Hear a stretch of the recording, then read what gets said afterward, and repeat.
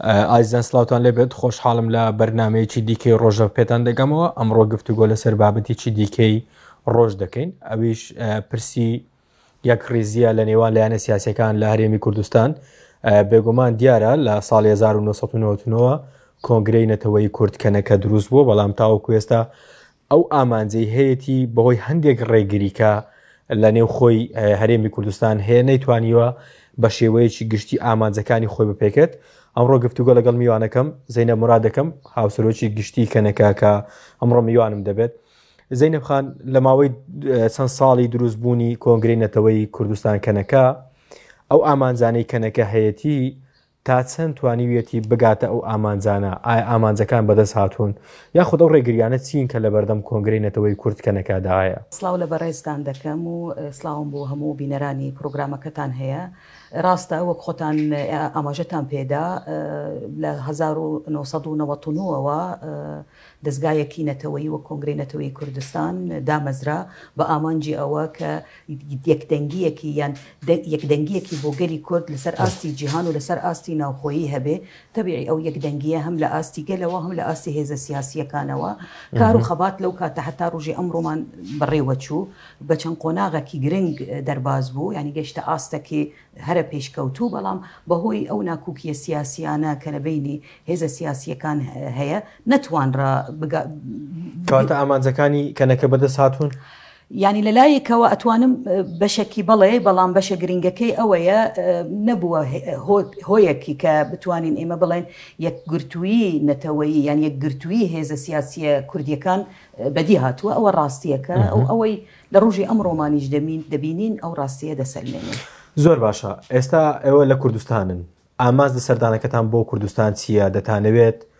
لە چەند ڕۆژی داهاتوو سەردانی چێ بکەن لە بەرچی هاتوون دەتانەوێت چ پەیامێک بە هێز و لایەنە سیاسیەکان بگەێنن.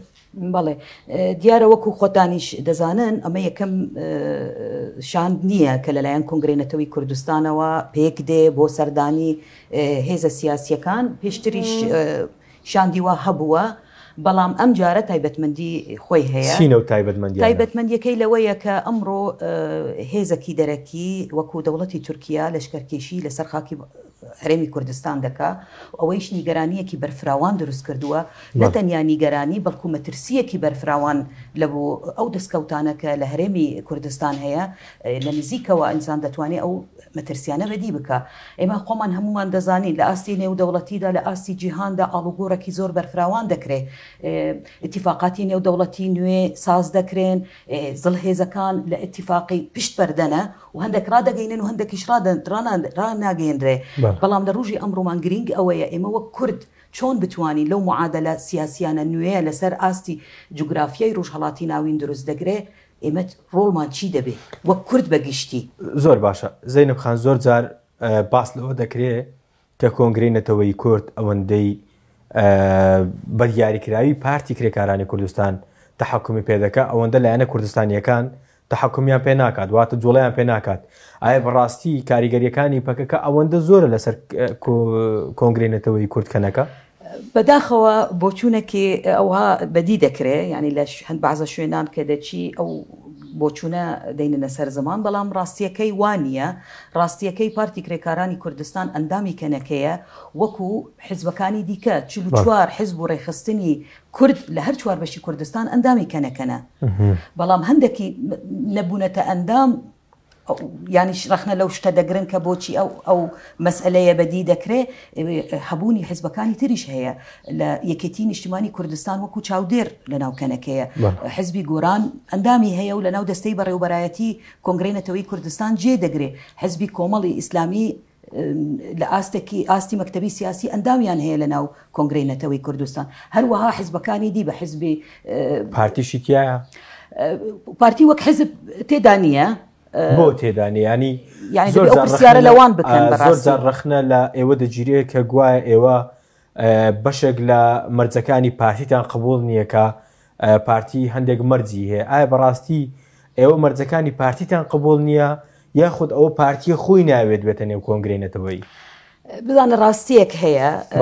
لەبەر ئەوە ماوەیەکە وەک کۆنگرێنەتەوەی لەسەر ئەو بابەتە کار ئەکرێ هەندێک ناکوکی هەیە لە بینی حیزبە سیاسیەکان چ ئێمە لەسەر ئاستی باشووری کوردستان قسە بکەین و چ لە ئاستی بەشەکان لەسەر باشووری کوردستانی ئەوە خۆتان لە نزیکەوە باش دەزانن لە بینی حیزبە سیاسیەکان ناکوکی ئاشکرا هەیە و لە بینی بەشەکانی تر ئاماژەتان پێدا لە بینی پارتی کرێکارانی کوردستان و پارتی دیموکراتی کوردستان لەو ڕۆیشیانە هەندێک عەدەم تەوافق لەسەر هەندێک خاڵ هەیە بەڵام ئەوە معنای ئەوە نییە ئێمە بڵێن مەسەلەن ئەو حیزبە لەسەر ئەو حیزبە یان ئەو چ بڵێن هەبوونی ئەو حیزبە لەناو کۆنگرێنەتەوەیی لەسەر حیسابی حیزبێکی ترە شتێکی وانە بەڵام ئەمە حتا لەو چاوپێکەوتنانە کە ئەنجامی دەدەین ئاماژە بەوە دەکەین ئەتو ئامادە نییە بێ پێشەوە تەبیعی پێش یعنی لەو هەوڵدانەکە کە کراوە تا ئێستا وەڵامێکی ئەرێنی وەرنەگیراوە بەڕاستی بەڵام ئەوە معنای ئەوە نییە کۆنگرێنەتەوەی کوردستان دەست لەو هەوڵدانە بەردە یعنی ئێمە حیزبەکانی کوردستان هەر کەس بایی خۆی ڕۆڵی هەیە لەناو ئەو بەشەی کە هەیتی کاری ئێمە ئەوەیە ئەو حیزبانە لەناو یەک بەش بن لێک نزیک ببنەوە بتوانن ئەو ناکۆکیانە دەرباز بکەن و بە هەمان شێوە لە نبینی حیزبەکانی تریش چونکە ئێمە چارە نووسمانیەکە و ئەوە ڕاستیەکە و ئاماژەم بەو ئاڵوگۆڕ و ئەو گۆڕانکاریە گەورە لەسەر ئاستی جیهان دەکرێت بە یەک چاو تەماشای کورد دەکەن بە یەک پاکێت تەماشای کورد دەکەن تەماشای کورد ناکەن کە ئەتوو لە چ حیزبێکی یان لە چ لایەنێکی یان سەربەتی کورد لایوان هەر کوردە کورد هەر کوردە یعنی ئەمە لە ڕێگای ئەو کارە دیبلۆماسیانە کە لەسەر ئاستی جیهان دەکرێت کە ئەتوو دەچی لەگەڵ لایەنە نێودەوڵەتیەکان قسە دەکەی ئەو وەک کورد تەماشا دەکا ئێ باشە ئێمە وەک کورد لەناو خۆمان چۆن بتوانین لە بەرامبەر ئەو ڕوانگە کە لێبان دەکرێت ئێمەش بتوانین جێ خۆمان بگرین و لەو ئاڵ و گۆڕێش کە ئێستا ئەوە دەکرێت زۆر کەس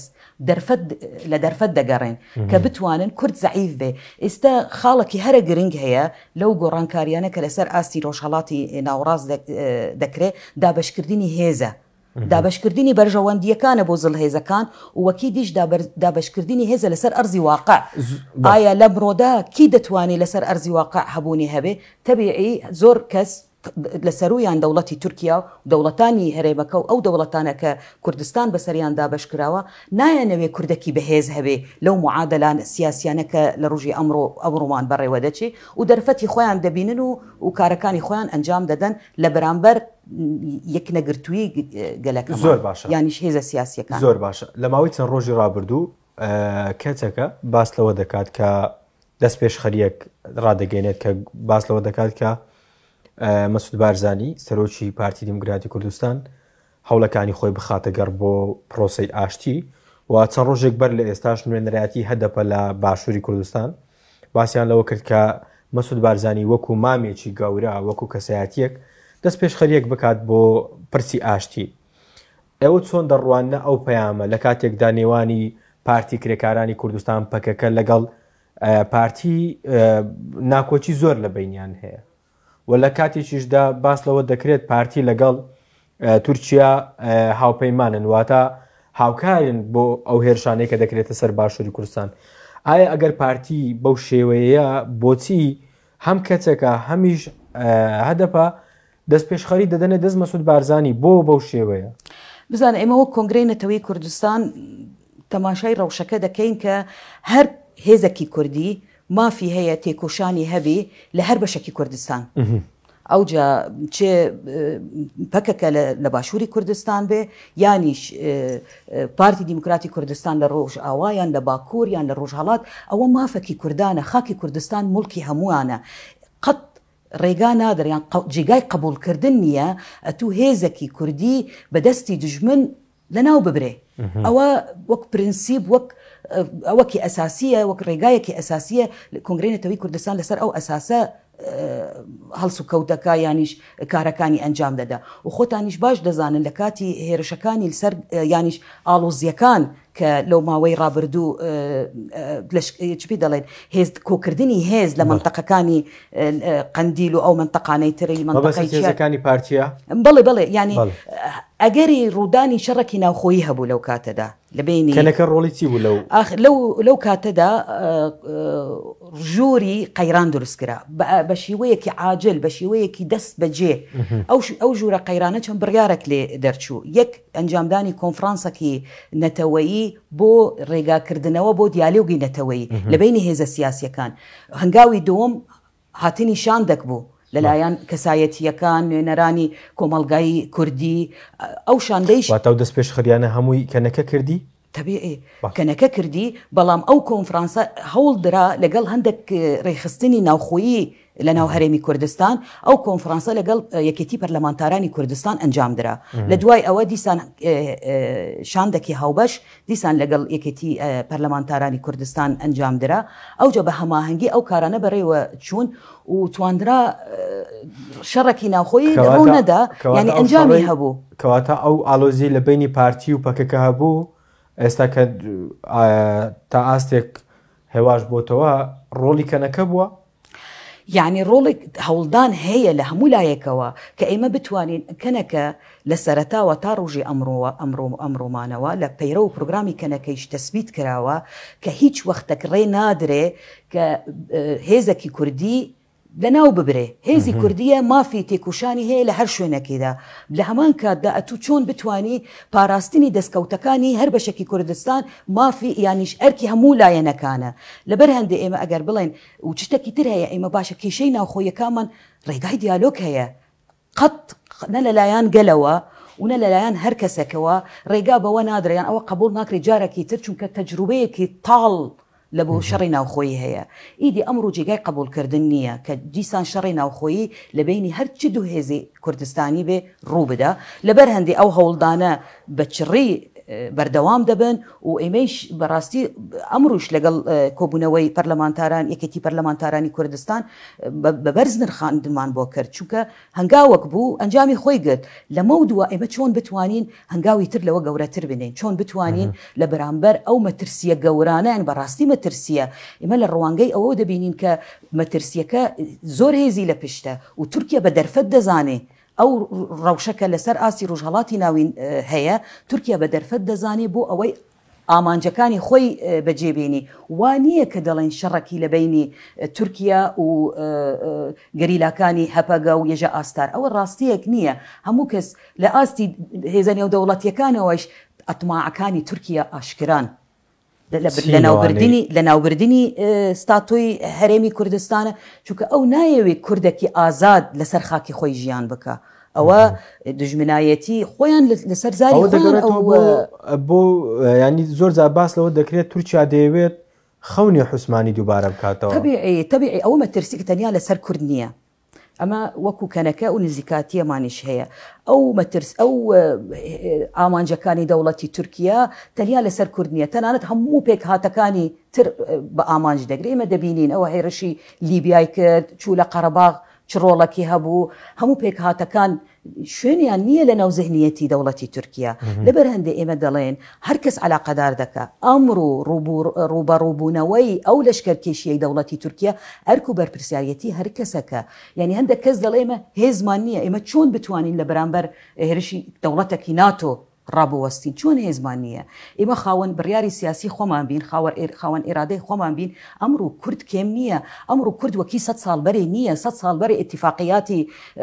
لۆزان و اتفاقیاتی دابەشکردن و اتفاق دابەشکردنی بەرژەوەندیەکان و هێزەکان و دابەش بکەن و کورد بێ بەش بێ ئەمڕۆ کورد خاوەن سیاسەتە دیبلۆماسیەی نێودەوڵەتی هەیە ئەمڕۆ کورد خاوەن هێزی عەسکەریە هێزەکە کە 73 دەوڵەت نەیانتوانی هێزێک چەتەکانی داعش بشکێنەوە ئەمڕۆ هێزی کورد شکاندیەوە هێزی پێشمەرگەی هەیە شەروانی هەیە گەریلای هەیە ئێمە دەتوانین لەو معادلاتانە ئەمڕۆ جێ بگرین بە ئەوەی دەستکەوتانە کە گەلی کورد هەیەی ستاتویەک هەیە لە هەرێمی کوردستان ئەمڕۆ ڕۆژئاوای کوردستان بە هەمان شێوە ئەمە هەمووی خاڵی بەهێزن بۆ گەلەکەمان ئێمە وەک سیاسەتمەدار چۆن بتوانرێ کار لەسەر ئەو خاڵە بەهێزانە بکرێت نە لەسەر خاڵە لاوازەکان کە دژمنان هەوڵەدەن تۆخی بکەنەوە یان سۆری بکەنەوە ئەویش دروستکردنەوەی ئەو ناکوکیانە یانیش سۆرکردنەوەی ئەو ناکوکیانە بۆ ئەوەی ئامانجەکانیان و پلانەکانیان خۆیان بەجێبینن بێگومان لە سەرەتای بەرنامەکەش باسم لەوە کرد کۆمەڵێک ڕێگری لە بەردەم کۆنگرەی نەتەوەی کورد هەیە بۆەوەی نەتوانێت تەواوی هێز و لایەنە سیاسیەکان لەژێر یەک چەتر کۆ بکاتەوە. ئەو ناکۆچیانە چین و ئەو بربەستانە چین لە بەردەم کۆنگرەی نەتەوەی کورتکەنەکە هەیە کە ناتوانێت تەواوی هێز و لایەنە سیاسیەکان لە باشووری کوردستان و لە تەواوی پارچەکانی دیکەش لەژێر یەک چەتری کۆنگرەی نەتەوەی کوردستان کۆ بکاتەوە. یعنی ئەمن جارێکی تر دەڵێمەوە ئەو ناکوکیانە لە بینی حزبەکان، یعنی ئێمە ئەوە ڕاستیەکە. ئەنی پەیوەندی بە کەنەکەەوە نیە، تەنها پەیوەندی بە هێز و لایەنە سیاسیەکانی دیکەوەیە. کەنەکە وەک دەستگا لەسەر ئەو ئەساسە دامەزرێنراوە کە بتوانێت ئەو هێزە سیاسیەکان هەموو کۆ بکاتەوە لە بن چەترێکی کە ببدەن بکاتەوە. آخر دەڵێم هەر ینی بەداخەوە ینی ئەوە شتێکی ئەوە گرانە ئەمن دەڵێم، بەڵام واقعەکە کە بازە مەسەلەن لایەنی سیاسی بە بەرژەوەندیەکی چێ نەولایەنە، ینی مەسئلە ئەمڕۆ ڕۆژی ئەوە نییە ئێمە بەناو بکەین، هەموو کەسێک باش ئاشکرا دەزانێ، ینی هەندێک کەس هەیە بزانە چەند هەوڵدان هەبووە و پرۆسەی جودا جودا هەبووە بۆ مەسئلەی ئەنجامدانی کۆنگرەیەکی نەتەوەیی گشتی و گەشت و دەمەرحەلەیەکی زۆر زۆر لە پێشەوە دەبینین تەبیعی ئەوە لە بەرژەوەندی دەوڵەتانی داگیرکەری کوردستان نییە. یەکسەر دەبینی مداخلە دەکەن، زەغت لەسەر ئەو لایەنە دەکەن، زەغت ئەسەر ئەو لایەنەی تر دەکەن، ڕەوشێکی وا دەینینە ئاراوە کە ئەو ئامانجە دروست نەبێ، ئەو نەگەینە ئەو ئامانجە. زۆر باس لەوە دەکرێت پارتی دیموکراتی کوردستان ڕێگرە لە بەردەم ئەمە. ئایا بەڕاستی پارتی ڕێگرە؟ ینی چۆن ڕێگەرە؟ ئێمە کە باسی یەکێتی نەتەوەیی دەکەین، ئەو باسی کۆنگرەی نەتەوەیی کوردستان دەکەین، پێمان زۆر گرنگە هەموو کەسێک لەناو ئەو پرۆسە جێبگرێ، چونکە بتەوێ نەتەوێ ئەوانە هەرکەس لایەنگری خۆی هەیە، حزبی سیاسیین وەک ئاماژەم پێدا مافی هەر کوردەکە نوێنەرایەتی خۆی هەبێ لەناو کۆنگرەی نەتەوەیی کوردستان و بەواقعەن کۆنگرەی نەتەوەیی کوردستان سانسۆری لەسەر کەسدا نەناوە و ڕێگری لە کەسیش نەکردووە، دەرگا واڵایە هەر کەسێک ئەتوانی بێ لەو پرۆسەدا بەشدار بێ، بەڵام بە پێی بەرژەوەندی باڵای گەلی کورد، نە بە پێی بەرژەوەندی تەنگ. ئەوە خاڵەکەیە بەرژەوەندیەکی باڵای گەلەکەمان هەیە کە ئەمڕۆ ئێمە دەمانەوێت لە ڕوژی ئەمڕۆمان دەستکەوتمان هەیە، ئەوە ڕاستیەکە و ئەو دەستکەوتە ئەوها بە ئاسانی نەهاتووە، خینی هەزاران شەهیدە، تێکۆشانی دەیان ساڵە گەشتوینەتە ڕۆژی ئەمڕۆمان. لە ڕۆژی ئەمڕۆمان ئەمە بۆ دەرفەت بدەینە دژمنانمان کە ئەو دەستکەوتانە لە دەستمان ببن و هەر لە ناوان ببن، هەر هیچ ئەتیبارێکمان بۆ نەمینێ. زۆر باشە. دوای پرسیارمەوە دەبێت ئێوە هاتوون سەردانی لایەنە سیاسەکان دەکەن، ئایا سەردانی پارتی دیموکراتی کوردستانیش دەکەن لەگەڵ یەکێتی نیشتیمانی؟ ئێمە نەتەنیا ئەو سەردانەکان شاندەکانی پێشتریش داوا کرا، بەڵام بەداخەوە بە بێ وەڵام ماوە. من ینی بە شخصی خۆمیشەوە بە هاوڕێیانم لە دەستەی بەڕێوبەرایەتی بڕیار دراوە لەگەڵ هەموو هێزە سیاسی کوردیەکان، کەسایەتیەکان، ڕێخستنە مەدەنیەکان سەربەچی بێ چی نەبێ، حتا پێکهاتەکانی دیکە ئەوەی لەگەڵمان لەسەر خاکی کوردستان ژیان دەکەن، ئەمە چاوپێکەوتنیان لەگەڵیان ئەنجام بدەین و پارتی دیموکراتی کوردستانیش لە ناویان. داواتان کردووە ئەم جارە؟ ئەم داوامان کردووە. تاوکێستا وەڵامتان کردووە؟ ئەم ینی بەڕاستی ئێمە لە ئەمڕۆوە کارمان دەست پێ کردووە، ینی لە ئەمڕۆوە ئێمە خەریکین داواکاریەکانمان دەنێرین بۆ لایەنەکان و چاوەڕێی وەڵام دەکەین. زۆر باشە. ئازان زۆر سپاس کە لە ماوەی ڕابردوو کە لەگەڵمان بوون، زۆر سپاس بۆ میوانەکەم کە زەینەب خان بوو کە لە ماوەی ڕابردوو کۆمەڵێک بابەتی گرنگ کە سەبارەت بە کۆنگرەی نەتەوەیی خستە ڕوو تا بەرنامەیەکی دیکە ڕۆژە پێتان دەکەمەوە. هەر شاد بن.